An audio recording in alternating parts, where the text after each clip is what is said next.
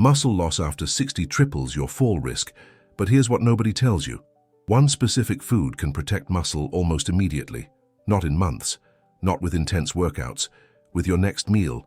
Muscle loss after 60 does not announce itself. It doesn't come with pain. It doesn't show up on a routine blood test.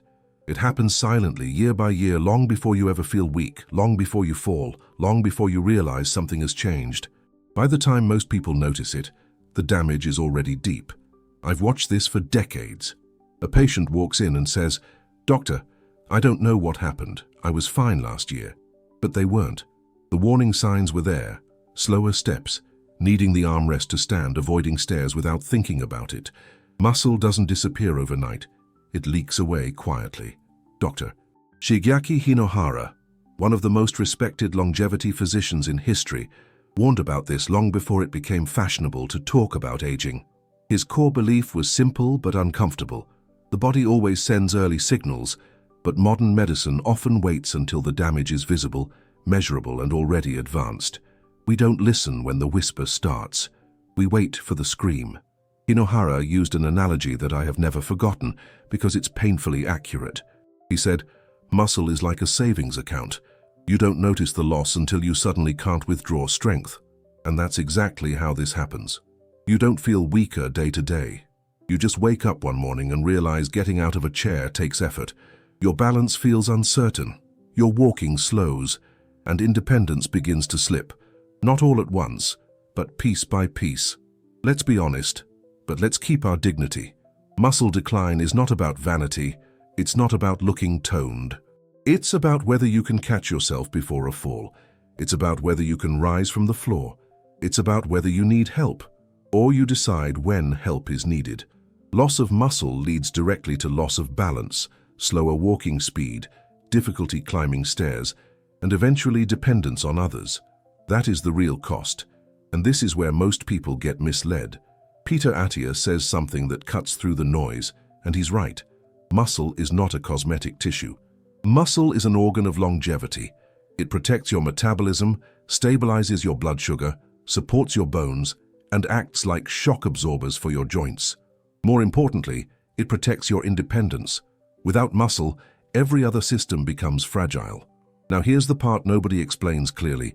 Muscle decline after 60 is not just about eating less or exercising less, and it is absolutely not inevitable.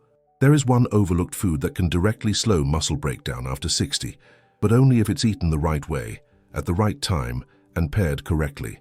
Most people who eat this food still get weaker because no one ever taught them how to use it strategically. In this video, I'm going to walk you through 4 critical insights.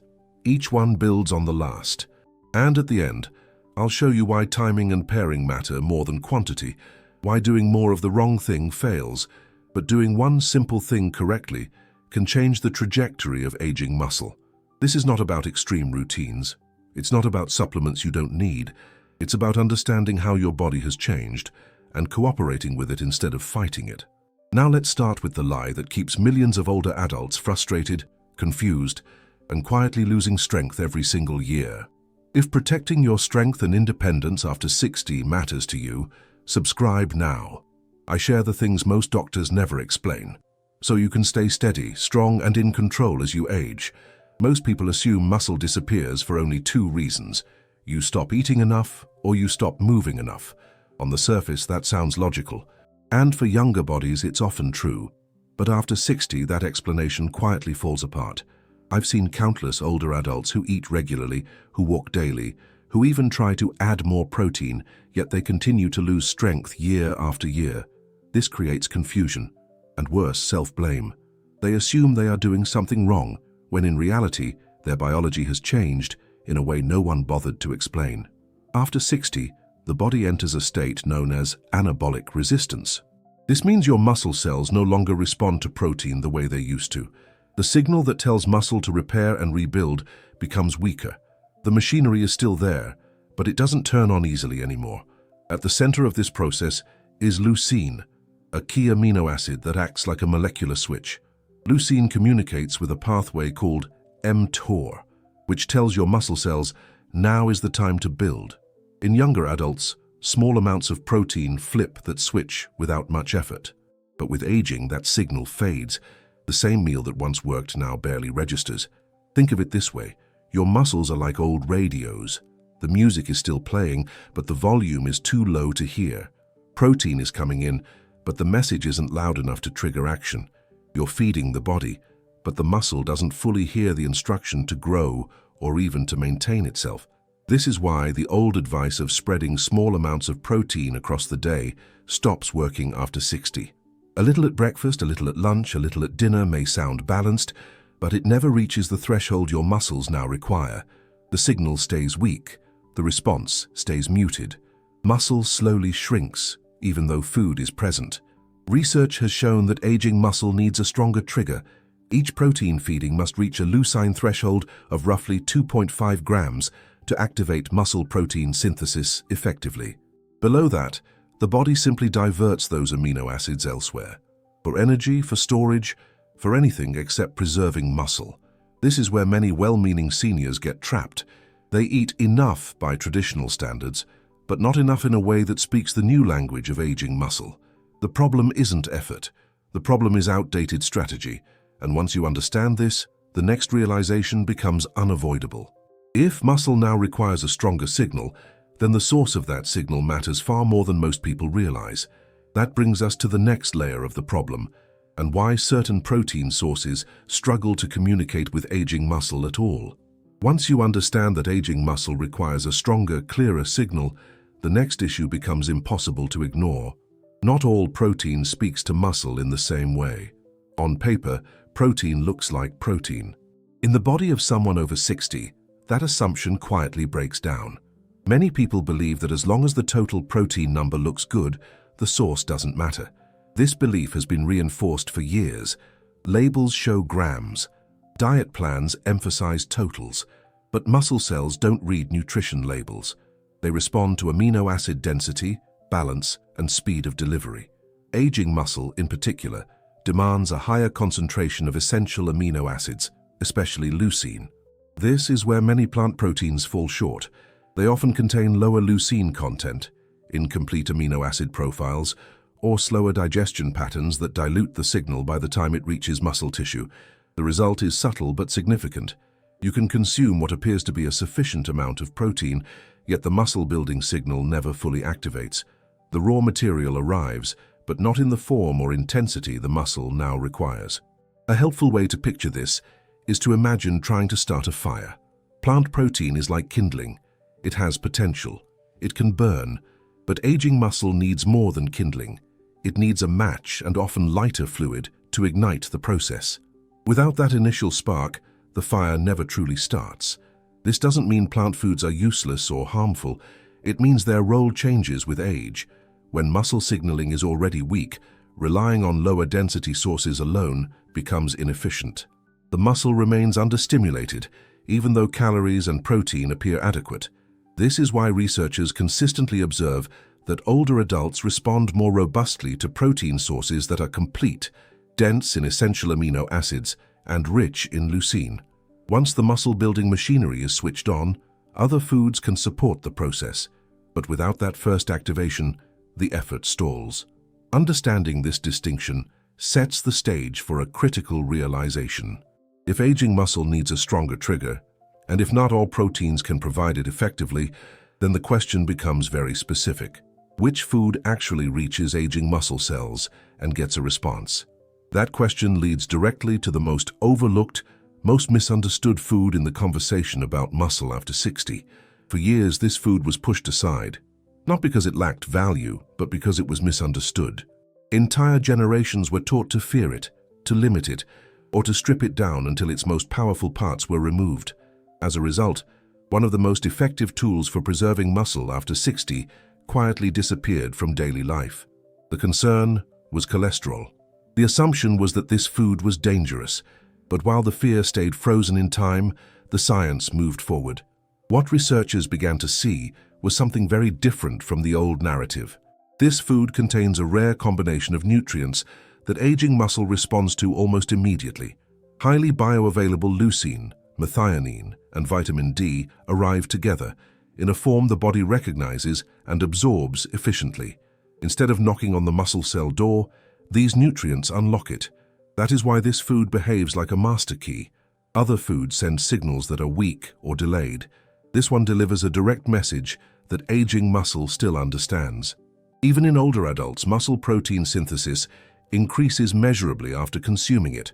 What makes this particularly important is that the nutrients are packaged naturally. Nothing is isolated. Nothing is synthetic. The amino acids arrive alongside fat-soluble vitamins and supportive compounds that help guide them into muscle tissue. 2 whole eggs provide a concentration of leucine that approaches the threshold aging muscle needs.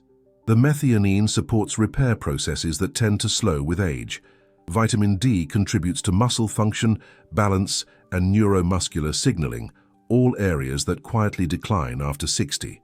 This is also why separating the yolk from the white changes the outcome. The yolk holds much of the nutrient density that supports muscle signaling. Removing it weakens the message before it ever reaches the cell. Timing also changes how this food behaves. When eaten earlier in the day, muscle tissue is more responsive. Balance, coordination, and activity tend to improve when muscle receives its signal during active hours rather than late in the evening. For many older adults, this food becomes the first protein source in years that produces a noticeable response, not in appearance, but in function. Standing feels steadier. Movement feels more confident. Fatigue eases in subtle but meaningful ways. And yet, even this food has limits if it's used incorrectly. Quantity alone does not guarantee results. Without the right context, even the strongest signal can be wasted. That leads to the most counterintuitive insight of all, and the one that determines whether muscle is preserved or quietly lost, despite good intentions. For a long time, the conversation around muscle has focused almost entirely on quantity. More protein, bigger portions, higher numbers. The assumption was simple. If muscle is shrinking, it must need more raw material. But aging muscle doesn't work like a warehouse that just needs extra supply. Muscle protein synthesis follows a trigger and build cycle. First, a clear signal tells the muscle to wake up. Only then does the building phase begin. When that initial trigger is weak or mistimed, the body has no reason to direct incoming protein toward muscle repair. The amino acids are burned for energy or diverted into storage, while muscle continues to decline. This is why increasing protein intake alone often produces disappointing results after 65. The signal arrives at the wrong moment or in the wrong metabolic state. The engine never fully turns over. A helpful way to understand this is to imagine starting a car on a freezing morning.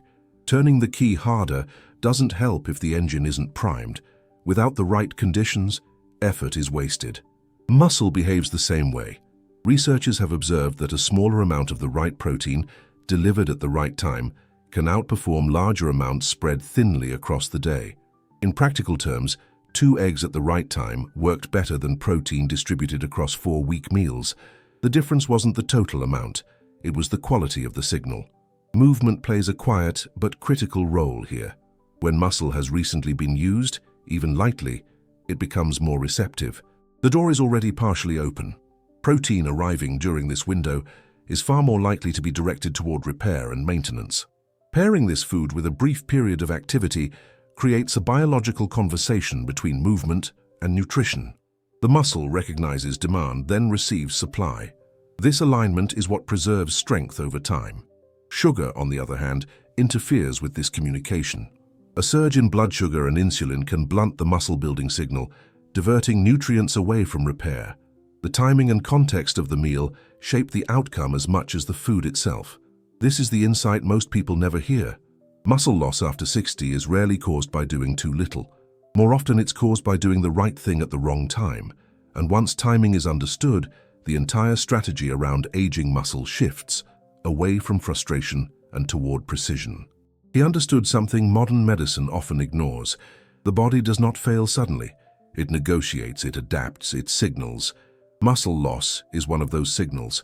It is not punishment for getting older. It is feedback that the rules have changed. When those new rules are understood, decline slows and in many cases stability returns. Inohara's words remain deeply relevant. Strength is not something you regain all at once. It returns quietly when you support it daily. That quiet return is why muscle preservation is so often underestimated. There is no dramatic moment, No overnight transformation. What appears instead is steadiness. Standing feels less effortful. Walking feels more secure. Fatigue no longer dominates the second half of the day.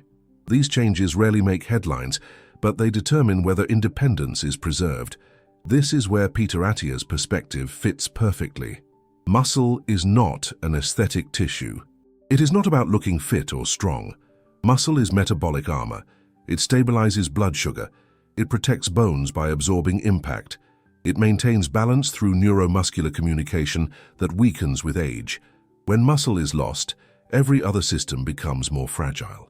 When muscle is preserved, the body becomes more forgiving. This is why protecting muscle has nothing to do with vanity and everything to do with dignity. The ability to rise from a chair without using your hands. The confidence to walk without scanning for places to sit. The freedom to move through your home without planning each step. These are the real outcomes of muscle health, and they matter far more than numbers on a scale or labels on food. What often surprises people is how small the solution can be once the strategy is correct. Complicated routines fail not because the body is broken, but because the signal never reaches the muscle in a usable way. One overlooked food, used with proper timing and context, can speak to muscle cells more clearly than an entire day of unfocused effort. Precision replaces exhaustion. Cooperation replaces frustration. This reframes aging in an important way. Decline is not inevitable, but neither is unlimited growth. The goal is not to reclaim youth. The goal is to preserve function, to slow loss, to maintain control. That goal is realistic, achievable, and deeply empowering when the biology is respected. Muscle decline after 60 is often treated as fate. It is dismissed as normal aging, something to accept and manage rather than understand. But muscle loss is information. It is the body communicating that it needs a stronger signal, delivered differently than it did decades earlier. When that message is answered, the downward slope flattens. This is not about fighting time. It is about working with the body you have now, not the one you had at 40. When the right signal is delivered, muscle responds even in later decades, not aggressively, not dramatically, but enough to preserve independence, balance, and self-trust. That is the real promise here. Not reversal, but resilience. Not extremes, but consistency. Strength that returns quietly, stays longer, and supports a life lived on your own terms.